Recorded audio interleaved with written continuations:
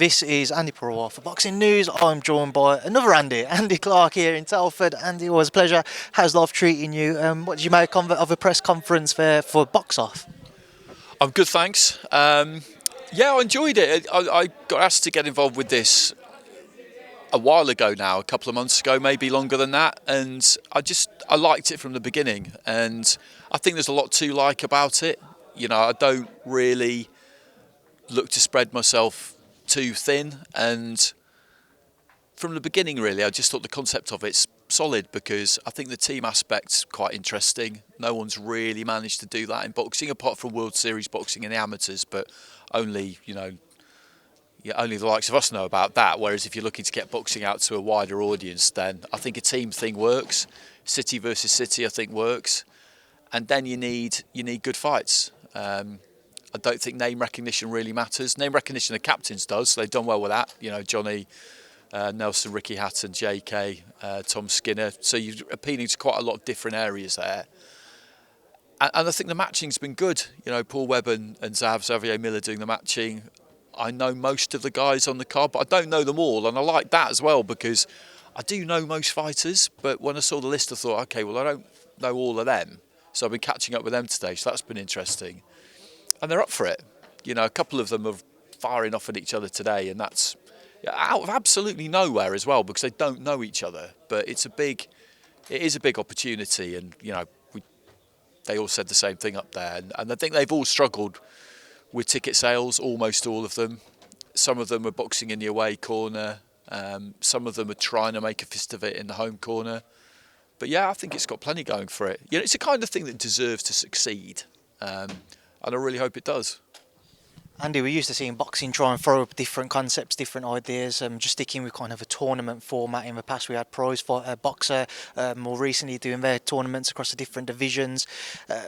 How does this, I know we haven't had a show yet, but how does this compare in your own mind as to what you expect to what we have had previously?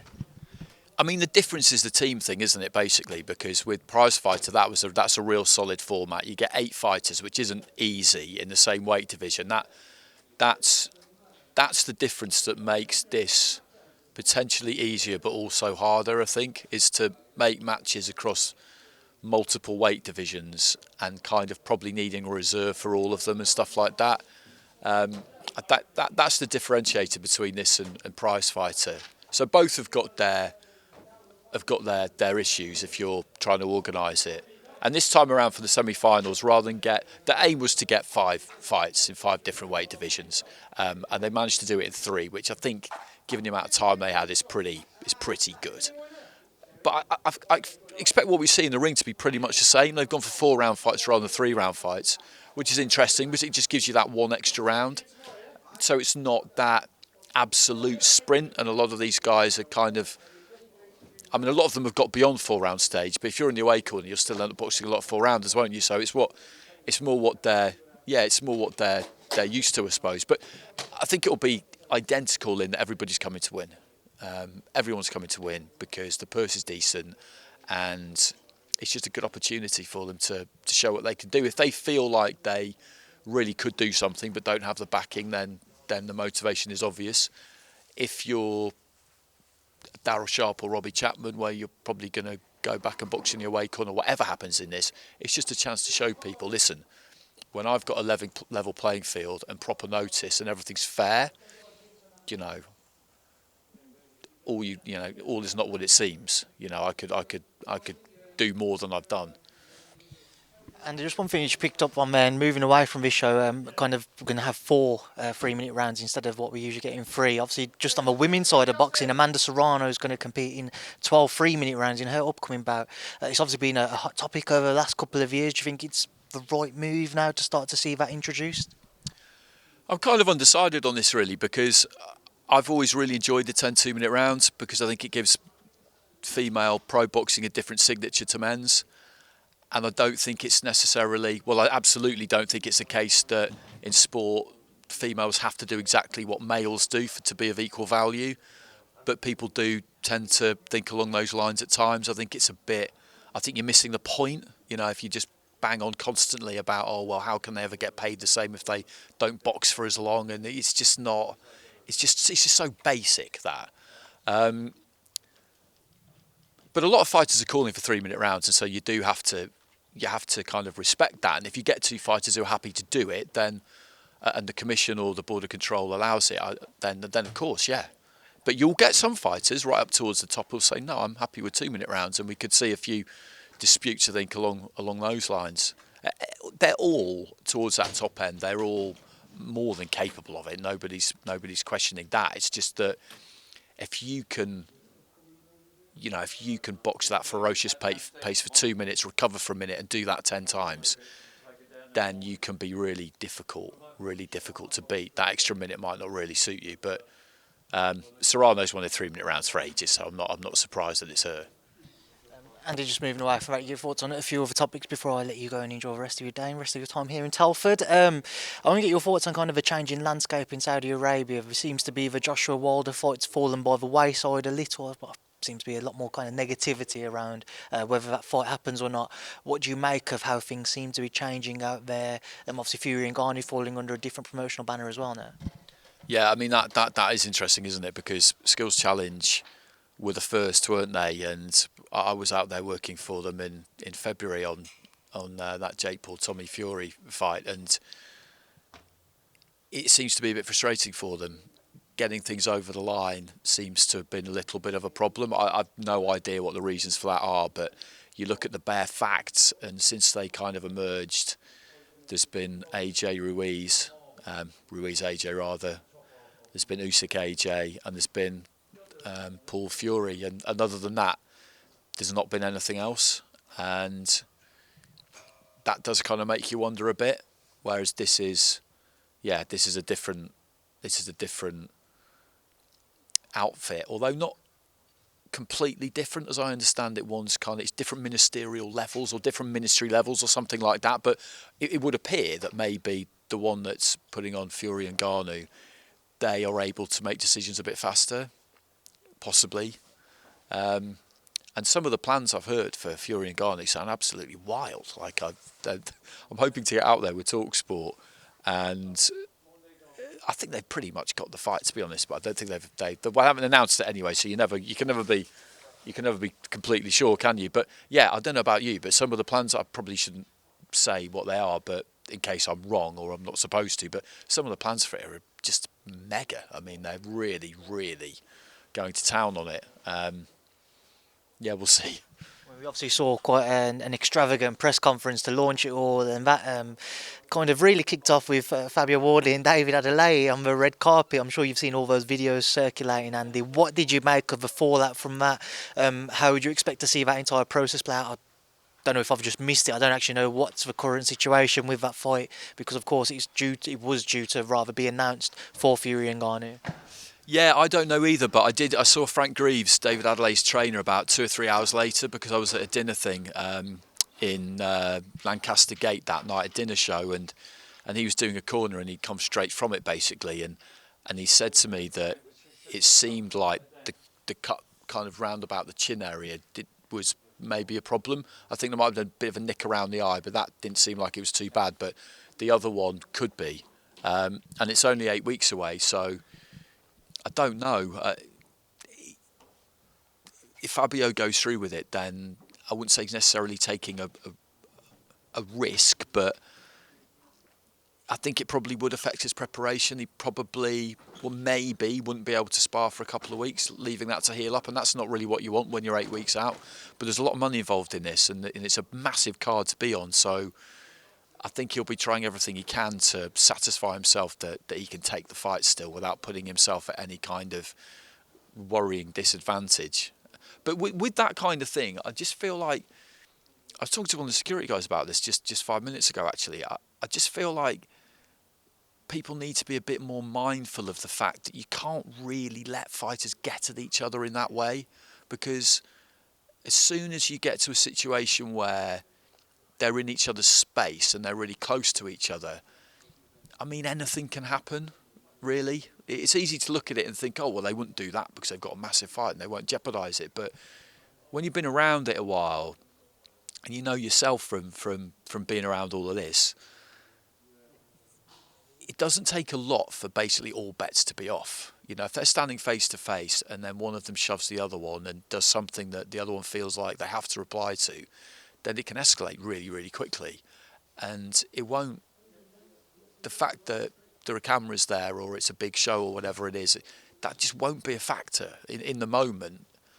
And I think we just need to realise that a little bit more. It's fine having a shove and a pull and a push and all that kind of thing to, if it stokes a fight up a bit, but at some point it'll go too far and there'll be repercussions, and this might be one of those. I mean, I could be wrong, but from the videos, obviously it seemed like David was the one, or David's team rather, were more aggressive at the beginning of that debacle. With that in mind, if, say, that fight gets pulled, how kind of frustrated or annoyed do you think they will be? Because I don't imagine that fight would generate as much money over here if it was to take place somewhere in the UK, as opposed to what they will be getting paid out in Saudi Arabia on what would be Fury and Ngannou.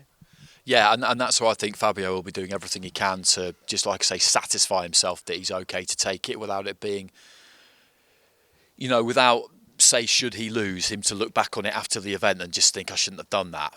But that's the realities of boxing, particularly at a high level, is that sometimes you do end up having to take fights or continue with fights where ideally you might not. You know, I was watching the Hatton documentary the other day, and, you know, it's a story we know, don't we? But in different circumstances, he'd have pulled out of that fight against Pacquiao because there were too many things that weren't right. But he couldn't, because it was, how can you? I mean, you can't. It's impossible. So Fabio, I don't think necessarily Frank would be putting him under pressure, because I just don't really feel like that's something he would necessarily do. But he'll want to do it, and he'll want to do it on that date and on that platform. And to be honest with you, I expect he probably will. Andy, just going back to Tyson Fury, obviously headlining that show, there have been those critics resurfacing again around this fight. Why has Tyson maybe not pursued a traditional boxing match? Even if the Usyk fight wasn't available to him, is there somebody else out there? Do you understand those frustrations which have kind of been laid towards him in the build-up to this? Or are you more so, are you an advocate for the meantime Tyson taking this fight, if it does mean that at some point early next year we was to get, say, Fury-Usyk? I mean, ideally he would be keeping busy with a fight against another boxer, but I understand how this has happened, because when you're him and you can command the sort of money he can command, it's not realistic to expect that he's not going to do this if he gets offered it. You can't really blame him, I don't think. You can try and blame people for the breakdown of the negotiation for him and Usyk, but no, the fact of the matter is, with stuff like that, we never really know who did what and who said what and why things got to where they got to, or rather didn't. You know, Usyk seems to have come out of it a bit better, but quite a lot of the stuff that Frank Warren said about it is quite convincing as well. So you can listen to either side, and depending on who you've spoken to most recently, that'd probably be the one that you believe. Any fighter in the world would do this, what Fury's doing. There's just no way they wouldn't, because how can you turn it down? And maybe he's the kind of guy who just feels like it'd be difficult for him to get up for a kind of tick over. And I know that he's just fought Dillian White and Derek Chisora. Dillian was a mandatory, so that's different, but Derek was, with respect, that was a tick over. He's kind of done that recently. He probably doesn't really want to do that again. And this is going to be a huge spectacle. So in an ideal world, it wouldn't be happening. So I understand the frustration with it, but you've got to be real about these things. And if somebody offers you a massive pot of money for an event, which is what I'll call it, where I feel there's practically zero chance of it going wrong for Fury, I mean, who's not going to do that? At what point, Andy, does it become kind of like, I say, a little bit more understanding of the fans' point of view, if, say, Tyson wasn't to enter the ring next year and face one of the other leading names? And I say this because Tyson's recently come out saying, he wants those big money fights now, and he's been calling out John Jones, another UFC fighter. Nah, you can do this once, but you can't. I don't think there'll be any patience for him doing it again. We have to see that fight against Usyk. We have to, because the shambolic situation we've had for ages now is since the end of March 2018, when AJ beat Parker. Since then, so 5 years plus, all 4 belts have been held by 2 people. The identities have changed, but all 4 belts have been held by 2 people, and we still haven't had a fight for undisputed, which, when you think about it, is ludicrous. I know there's been rematches that have held things up potentially. AJ against Ruiz, Fury against Wilder. It looked like maybe something was going to happen, and then Wilder forced that, that third fight, and COVID, and I get all of that, but that's still pretty ridiculous, isn't it? To be honest, that they haven't managed to make it. So yeah, I think at least I kind of could stomach it this time, but they have to make that fight. They have to make that fight because they're doing it in other divisions than the heavyweight division. It's been made to look bad, isn't it? I mean, there's no 2 ways about it. Just to loop back to AJ, as you mentioned him there, there's a lot of talk if the Wilder fight doesn't happen, as it's seeming more likely now. He might go out in December and he may have the trilogy with Andy Ruiz or potentially Filip Hrgovic, depending, of course, what happens with the mandatory status against Alexander Usyk. Any interest in either of those fights, AJ versus Hrgovic or Ruiz 3? Yeah, I'd be interested in seeing him box Ruiz, definitely. Hrgovic, probably not quite as much, but Ruiz, yeah, because I feel like that's a fight you could really get behind. And I was at the first 2, and Madison Square Garden was just unbelievable. You know, I'll never. I mean, it was just a night of absolute carnage and madness. I mean, there were a lot of good fights on that card, but the main event was just incredible. You know, just watching Ruiz just tear up the script. You know, the whole place was going absolutely wild. You know, it's so vivid. Like when I think about it, and then the rematch, you know, wasn't an exciting fight, but the kind of story was interesting. Going to Saudi and kind of seeing Ruiz, and this isn't to discredit Joshua in any way, but seeing Ruiz kind of fall into the trap that so many people have before, where he just didn't train hard enough for the rematch. He unexpectedly climbed the mountain, and then he went off and did a bit of a Roberto Duran, didn't he, pre-second fight with Leonard, and he just didn't really give himself the best chance in that fight, Ruiz. I'm not saying he would have won if he'd come in 2 stone lighter, which is what Manny Robles wanted him to do, but he'd have had a better chance. And I think he'll regret it. I think he'll always regret that. And I think he'd love the chance to try and beat AJ again. I mean, I like that fight a lot.